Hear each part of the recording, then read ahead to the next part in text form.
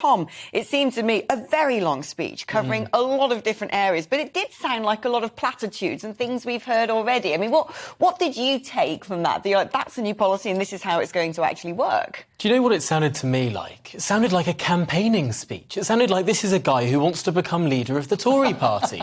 It sounded like this was someone who really has a lot of ideas about how the country should have been run for the last 2 years, but hasn't been able to get a look in. It's the most remarkable. If only this guy had been in charge, we wouldn't probably have the 9% inflation that we have. We wouldn't have had the massive expansion of tax burden or indeed debt that we have seen. It was quite remarkable how he's done an about-turn on the policy of his own government. But you're right, there were some policy nuggets nestled within the verbosity of that speech, including the idea, and it sounds like a cabinet battle has been won. A cabinet battle has been raging for the last few months on whether or not tariffs will be slashed on goods that we do not produce in the United Kingdom.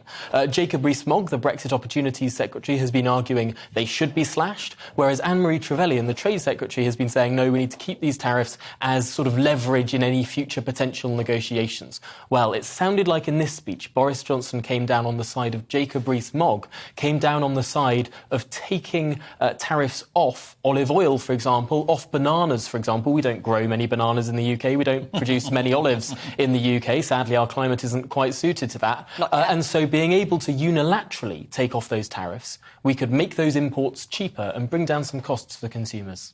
Yeah, and I mean, let's go back to that economics lesson, because I've been saying to people for a long time, the problem is they're stuck in a hard place, aren't they, the government? People have got used to living handouts on the pandemic, and arguably those handouts have caused the high levels of inflation we've got now, but people are drugged on it. They want more help. They want direct government intervention. If the government do that, it will make the problem worse. And that explainer there really was, I mean, for people like you, well, it's the obvious, but for a lot of people out there, it's hard to grasp why the government isn't doing more. But is that speech going to be enough to make people actually realise that particular argument? That speech, he's absolutely tried to go back to philosophical, political and economic first principles with that speech.